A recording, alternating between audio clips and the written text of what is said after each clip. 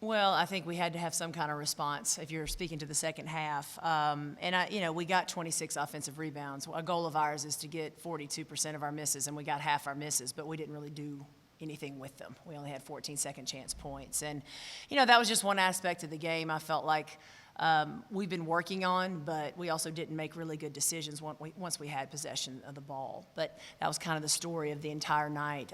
The rebounding was maybe one of the very few positives in terms of the stat line. I mean, we shot 21% from the field, 44% from the free throw line. Our offense struggled, and I think that we didn't have the toughness mentally to bear down and get stops on the other end. We let their first half punches really dictate and determine the game, and that's a really good team.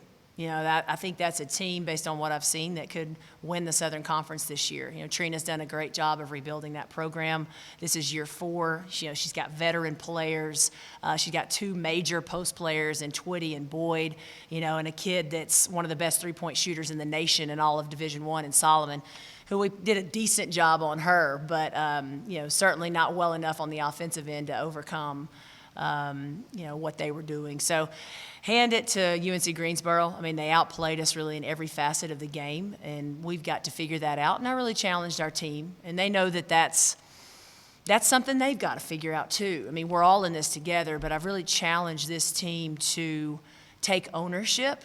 And we were saying a lot of the right things. We really were. I mean, we were trying to make, it may not have looked that way, that we were trying to make adjustments, and I'm sure it didn't from a fan standpoint. And I'm sorry for that. On the home court, we had a good crowd here, as we normally do, and I would just encourage those people to stick with us. They've seen us play much better than that. But we were saying the right things and trying to make those adjustments. But it was a mental game, Aaron. It really was. I mean, we were not able to flip that switch and become tough when we needed to. And you got a quick turnaround now with the game Monday morning. Mm-hmm. What do you tell the girls, or what adjustments do you make to kind of put this behind you? Let's look to Monday. Let's start looking to what we have left. Well, I think you do need to move on from losses, but you want to marinate a little bit, especially with a loss like this.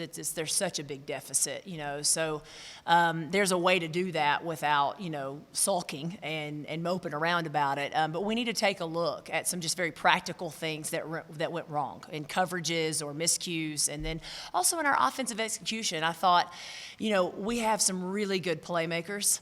And people are going to take away their first and second, our first and second options. We weren't getting into the back end of play. So there's some technical things that we did not execute very well that we had been in our first couple of games. And so we're going to look at the film, and it's a quick turnaround, but I think we've got to spend some time figuring out, what we can do better technically. And then mentally, we're going to have to figure that piece out. I mean, how do you become tough? Do you have the answer to that? How do you do that? And I think that you do it through experiences. And this was an experience of what that lack of mental toughness and able to compete next play mentality, when you lack that against a good team, this is the result. So that's one way. Life's the best teacher. Experience is the best teacher. And so I think we think about that. We don't want that to happen again. Make that adjustment, work on it in practice, and, get ready for a very good Montreat team on Monday.